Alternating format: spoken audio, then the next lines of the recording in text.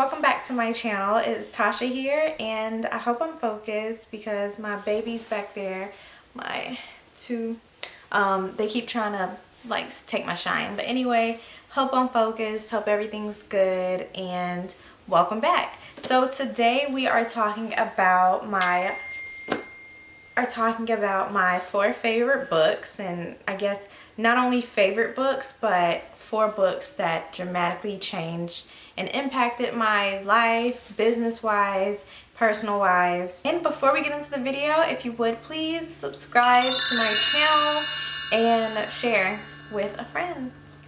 I want to have you in the family, sis. So join.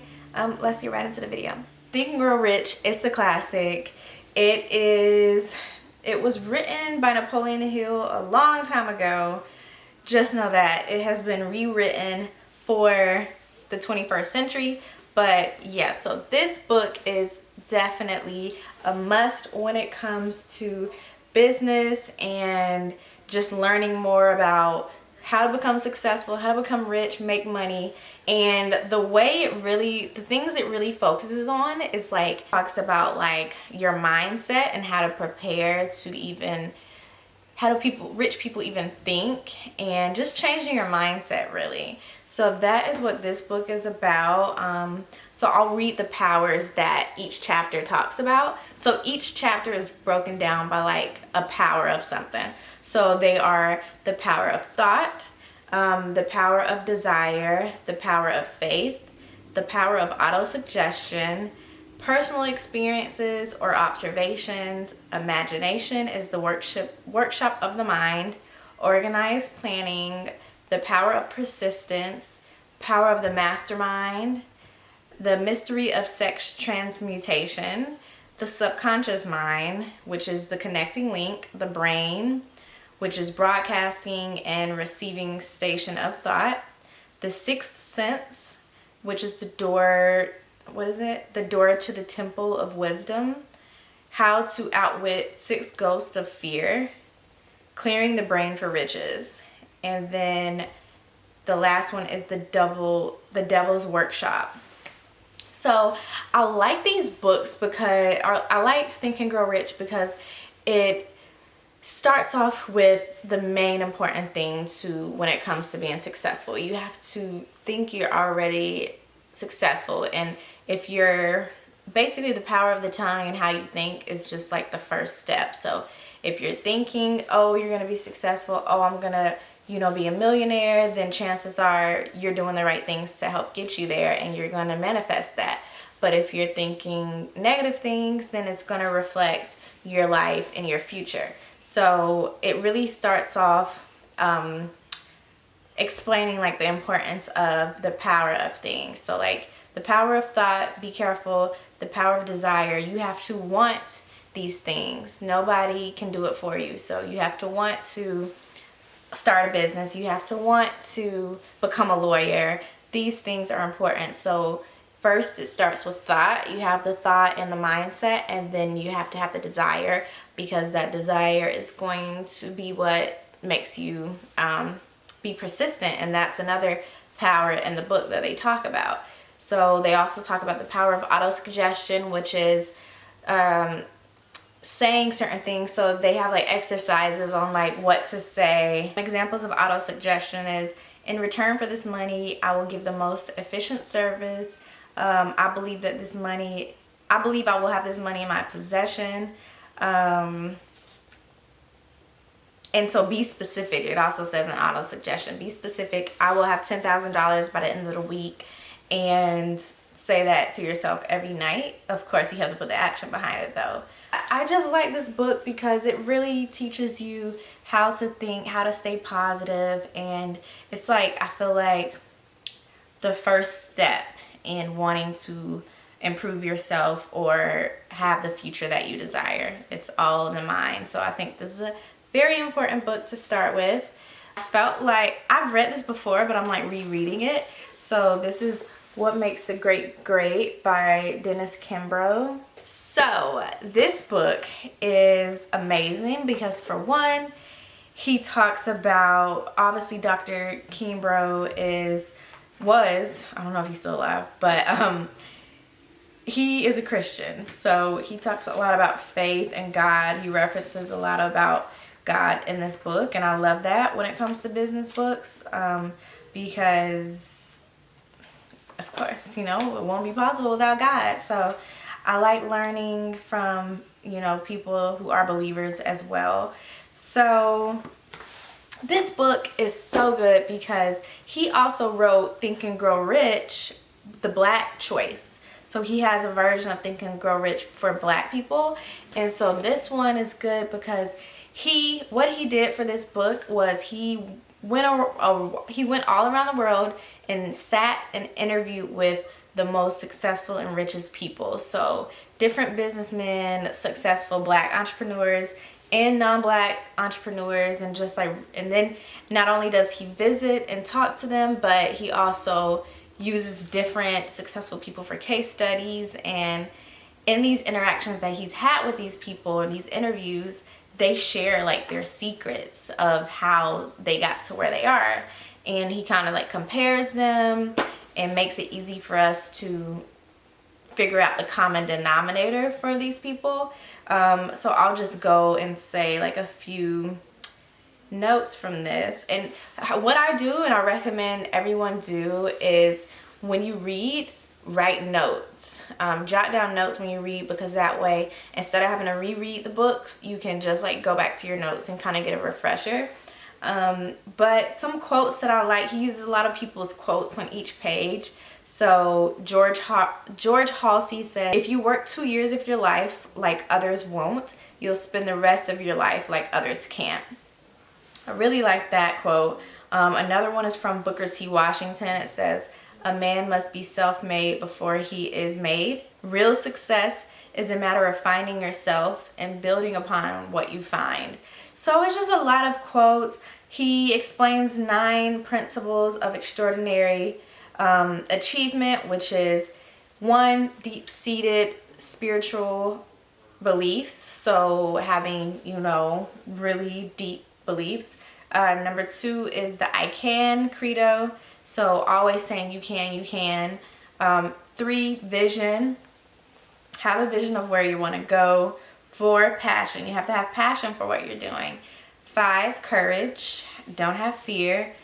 6, character. What is your character like? Make sure you have good character, and don't sacrifice your character for anything on this journey. 7, competence. And so, you know, be competent in whatever you're doing. 8, self-confidence. Have confidence.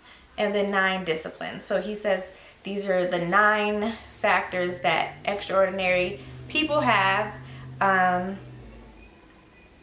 Yeah, so this book is just really good. It's so knowledgeable. It's easy to read. I definitely recommend that book. Love it. And it just lets you realize you're learning from the greats. So what makes the greats is by learning from the greats and really studying them and making it your own way. So that's why I really like that book. And so for our third book is Atomic Habits. Atomic Habits is basically a book. It's by James Clear, who I love. He's so practical, so organized. I'm subscribed to his weekly newsletter. I recommend you sign up for it as well. He just is very knowledgeable in all things. Like, you can tell he reads a lot himself, so his knowledge is just so valuable. So it's Atomic Habits, Tiny Changes, Remarkable Results. An easy and proven way to build good habits and break bad ones. Basically what James Clear does in this book is he analyzes what habits are, and he makes you kind of, throughout reading the book, he makes you realize what habits you have and which ones are good and which ones are bad, and like basically which ones you need to take out. And some habits we have that we don't even notice. So the book makes you realize, like, oh, you know, I do wash dishes and then not put the dishes up. Maybe I could start, you know, making it a habit to right when I wash dishes, I put the dishes up. So it's just like lets you realize what you do, and it's good. He explains that like successful people have great habits, and they don't have any, or they, you know, have less bad habits. And I know I like literally keep this in my head almost every day. What I read in the book is think about your habits and your goals. So say you want to lose weight. Every single day that you think about what you eat. And if what you're like, so say you eat breakfast, ask yourself, is this breakfast that I'm eating gonna help me towards my goal or take away?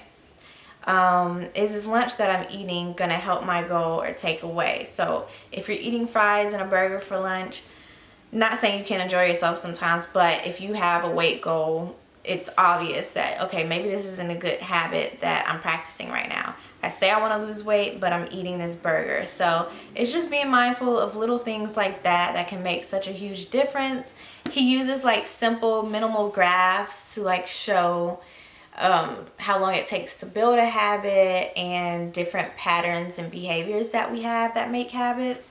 And he kind of uses auto-suggestion too when talking about habits. So for example, instead of saying, oh, I'm trying to quit smoking, just start saying, I'm not a smoker. If you know, are trying to win a triathlon or do a triathlon, say, I'm a triathlon athlete.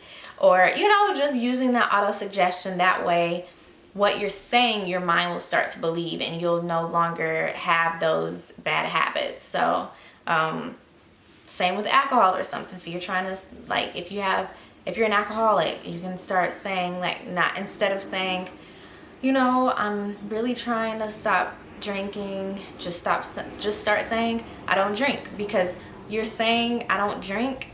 If you have a drink and you say you don't drink, you will hear in your head how you're contradicting yourself. You say you're not a drinker, or you're saying you don't drink, but you're reaching for that drink. It doesn't make sense. So once you start saying these kind of things, it automatically lets you create the life that you want and break the habits that are preventing you from getting there. So I really like that book. So for my last book is kind of like, I feel like my first personal development book, because a lot of these books that I read are like, they're philosophical, but they're also like business books, you know, like get successful, money, blah, blah, blah. But this book was like for a personal, emotional choice. And it is called Boundaries. I have a whole Amazon list full of books that I've read, plus books that I want to read, so that I can keep track. So I'll link that down below if you're interested. But I don't know where I heard about this book from, but I got it and I love it. This book as well is a Christian-based book. This book is by Dr. Henry Cloud and Dr. John Townsend, and it says, boundaries, when to say yes, how to say no, take control of your life. So what made me get this book was, I think one day I was just kind of overwhelmed, like my phone was ringing off the charts, and people were inviting me places, and I just felt like my life was just kind of just moving too fast. And so I got this book and I love it. So for one, sometimes as a Christian, or, you know, just as a spiritual person, you kind of feel it in your heart to always be there for people. And if you're not there for someone that kind of, you feel like you're bad, you're not representing God, or you just, you know, feel bad. And I felt like a lot of my guilt was, oh, you know, like God said be a giving person, so I have to give myself, I have to give this person my time. I can't be selfish. And this book explains that just because you are a believer doesn't mean that you can't set boundaries. God wants you to set boundaries. God wants you to, you know, be stern with things. He wants you to mean what you say what you mean. Doesn't mean you have to be rude, but he wants you to set boundaries. Not only does it help you realize the boundaries you need to set, it also helps you realize if you're on the other end. And it helped me realize too that I have been someone who has pushed maybe other people's boundaries as far as like work goes. Are you a controller of other people's energy and time? Like when you're asking for tasks from your team, are you not setting boundaries? Are you like contacting them at any time of the night?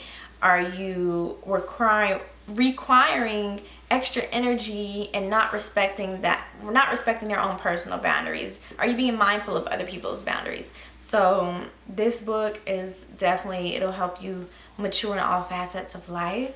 And I'm just trying to, you know, be a better person than I was yesterday. So this book is definitely good. So these are definitely good books. If you have read any of these, let me know. If you read them because of this video, also let me know how you enjoyed it. And comment your favorite book below. I would love to hear. That's all. I love these 4 books. I hope you do too. Please let me know what you want to see next, and stay safe. Hope you guys are doing well, and I'll talk to you soon. Bye. Mwah.